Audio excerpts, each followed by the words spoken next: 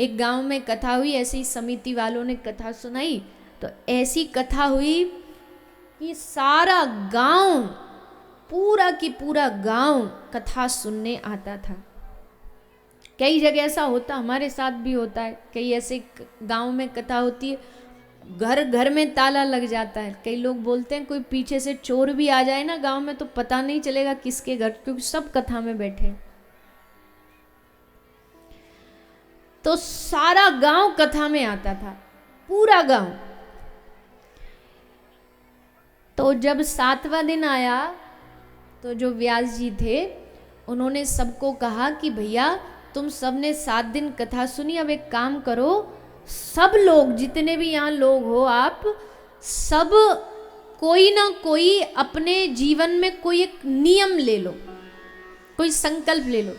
या तो कुछ अच्छा करने का कि हम आज से 1 माला शुरू करेंगे, किसी को है कि हमें मांस मदिरा छोड़नी है, वो ले लो, किसी को हमें तामसिक भोजन प्याज लहसुन छोड़ना, वो छोड़ दो, किसी को है कि हम रोज हर वर्ष परिक्रमा जाएंगे ब्रज में, वो ले, जिसकी जो इच्छा, पर लेना जरूर है।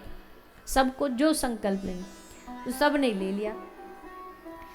बस गांव में एक गांव के सेठ जी थे, उनको थोड़ा कथा में कोई रुचि नहीं थी, ज़्यादा उनका मन नहीं था, तो वो आते नहीं थे। तो पंडित जी ने पूछा कि सबरे गांव ने संकल्प लिया ना? बोला हाँ महाराज जी, एक सेठ जी रह रहे, बोले उनको ही बुलाओ, वो भी लेंगे।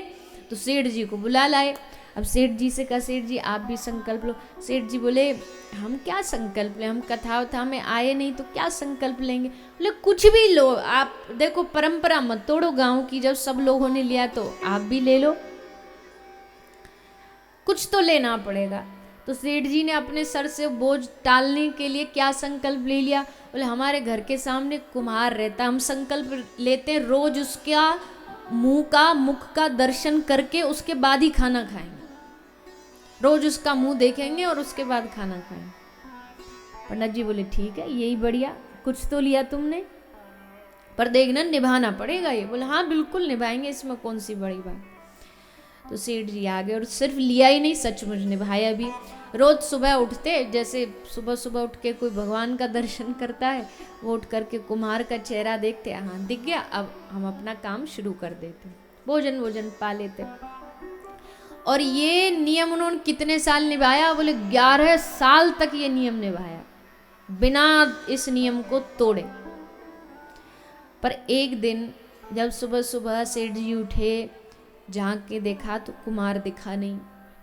1 घंटा इंतज़ार किया, दिखा नहीं। 2 घंटा इंतज़ार किया, दिखा नहीं। 10 बज गए, 11 बज गए। अब सेठ जी को लगा कि ये तो आज दिख नहीं रहा। तो सेठानी से पूछा कि कुम्हारन से पूछा कि तेरा पति कहाँ है? तो बोली कि वो आज शहर गए थे, हो सकता आने में थोड़ा लेट हो गए, इसलिए वहीं से सीधा माटी लेने के लिए पहाड़ पे चले गए होंगे। अब वो पहाड़ पे गया माटी लेने। अच्छा, तो सेठ जी ने सोचा चलो वहां जाके देखेंगे, मुंह तो देखेंगे, नियम ले रखा है। तो सेठ जी गए। अब वो जब कुम्हार ऊपर पहाड़ पे माटी खोद रहा था, तो माटी खोदते खोदते उसको माटी के भीतर एक घड़े में सोने का खजाना मिल गया। उस घड़ा में सोना भरा है, चांदी भरी है, सब कुछ माल घड़ा में भरा हुआ है। अब जैसे कुमार ने देखा तो उसका तो एकदम दिन ही बन गया, खुश हो गया, अरे वाह वाह आज तो जीवन बदल गया मेरा, खुश हो गया। सोच रहा कहीं कोई देख तो नहीं रहा, देख लूं पहले ध्यान से, कोई आस पास लेफ्ट राइट आगे पीछे कोई नहीं देख रहा। उसने झांक करके नीचे देखा तो सेठ जी नीचे खड़े थे। सेठ जी ने जैसे कुमार को देखा तो कुमार को देख करके सेठ जी क्या बोले, देख लिया देख लिया देख लिया।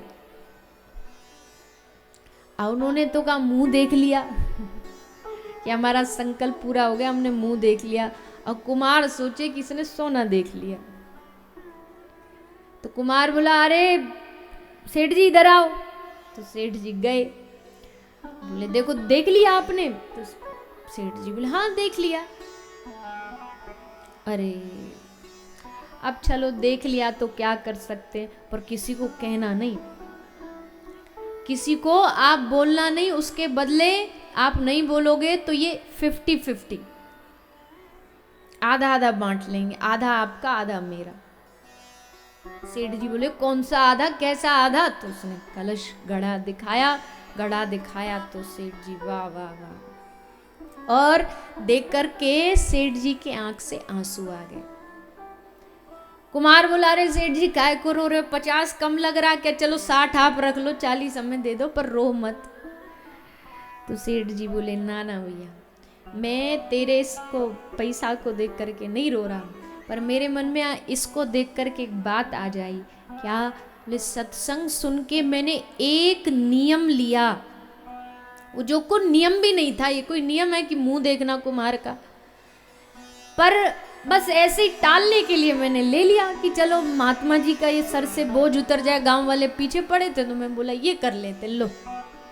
उसको टालने के लिए मैं तेरा रोज मुंह देखता था, और तेरा रोज मुंह देखने से मुझे इतना धन मिल गया। सोच अगर मैंने रोज उठ करके भगवान का मुख देखने का नियम लिया होता तो आज मेरा पूरा जीवन बदल जाता, आज मुझे वो खजाना मिल जाता जिसके सामने खजाना तो कुछ भी नहीं है। तो भैया तू ये अपने पास ही रख, मुझे इसमें से कुछ नहीं चाहिए।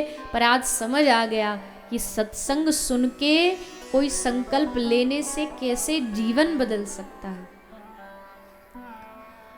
तो कहानी का मतलब, इस दृष्टांत का मतलब बस इतना ही है कि आज यहाँ से जब उठो, इतनी सारी संख्या में आप सब पधारे हो, तो यहाँ से खाली हाथ नहीं उठना है किसी को भी। कोई अच्छी बात, कोई अच्छी सीख, कोई भगवान का नाम, माला, किसी को कोई कि हमें कंठी पहननी है, किसी को ये नियम ले सकता हमें चंदन लगाना है। जो आपको पसंद आए, जो आपको रुचि कराए, वो नियम आपको आज यहाँ से लेकर के जाना है। और सब नियमों से भी बड़ा एक नियम जिसके आगे सब नियम फीके हैं, वो क्या है? आप कुछ ना भी कर पाओ, चलो मान लिया आप कुछ छोड़ नहीं पा रहे हो, आप कुछ कर नहीं पा रहे हो, तो एक काम जरूर करिएगा। क्या?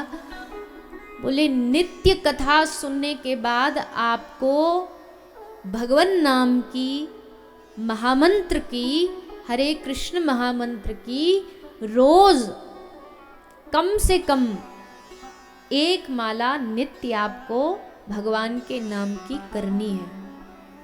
और उसके अलावा भी आपको जब याद आ जाए, चलते फिरते, सो रहे, नींद नहीं आ रही, बहुत से अब नींद नहीं आ रही तो क्या करें? दिमाग चलता रहता है 120 की स्पीड से, यहाँ वहाँ घूमता रहता है, तो उस समय भी जीभ तो खाली होती है, नींद नहीं आ रही तो क्या कर रहे? उस समय मन मन में अपनी जिह्वा से महामंत्र का जाप करते रहिए। महामंत्र समझते ना? कौन सा है महामंत्र बताइए, बोलिए। हरे कृष्ण